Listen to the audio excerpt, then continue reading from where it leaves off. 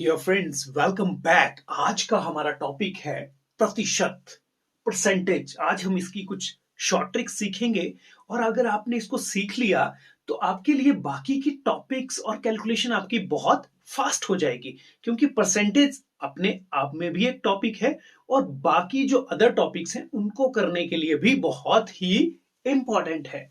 तो देखिए, आपको कोई संख्या दी गई होती है तो आप उसका परसेंटेज किस तरह से निकालेंगे। हम सभी जानते हैं कि परसेंटेज का बेस 100 होता है। तो सबसे पहले अगर 100 है तो 100 का 10% क्या रहेगा? 10 रहेगा। 20% 20 ही रहेगा। 30% 30 ही रहेगा। 40% 40 ही रहेगा और 50% 50 ही रहेगा। 25% 25 ही रहेगा। ये हम सभी जानते हैं, अगर हम इस तरह से भी कर लें, ठीक है। लेकिन चैलेंज हमारा शुरू होता है जब नंबर 100 से आगे का होता है। मान लीजिए हम यहां 500 लेते हैं। अब देखिए, 500 का 10% क्या होगा? इसका 10वां भाग। इसको 10 से डिवाइड कर लीजिए, क्या आता है? 50 आता है।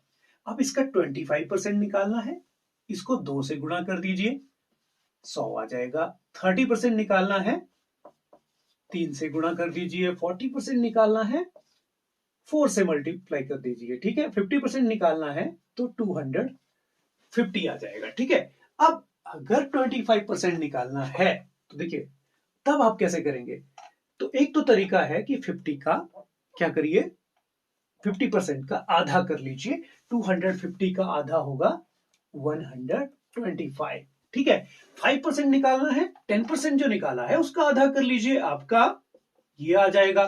अगर 1% निकालना है तो इसका भी आप इसका 10वां भाग आप यहां लिख देंगे। 50 का 10वां भाग होगा 5, ठीक है।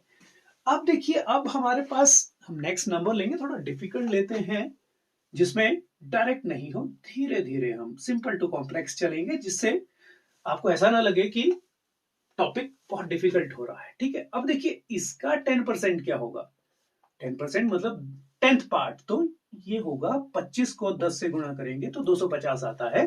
तो देखिए, 20% 25 गुणा 50, 30% इसका 3 गुणा और 40% इसका 4 गुणा, और ये आ जाएगा आपका इसका 5 गुणा। कितना होगा?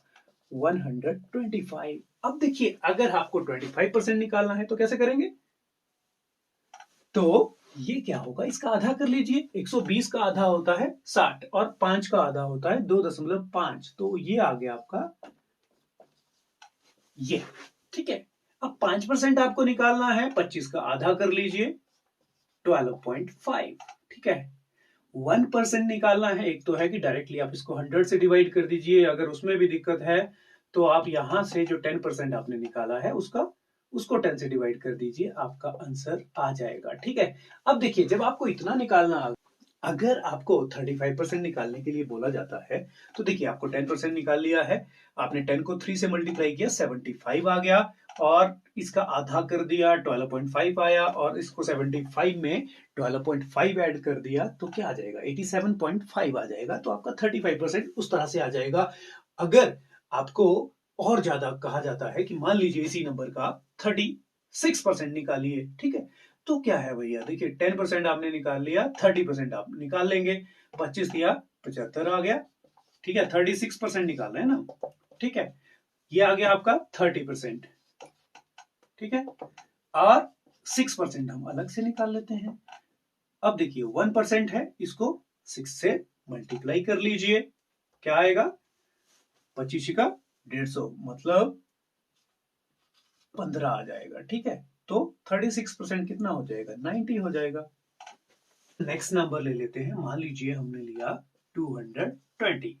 अब देखिए, आपको पता है कि 10% क्या आएगा?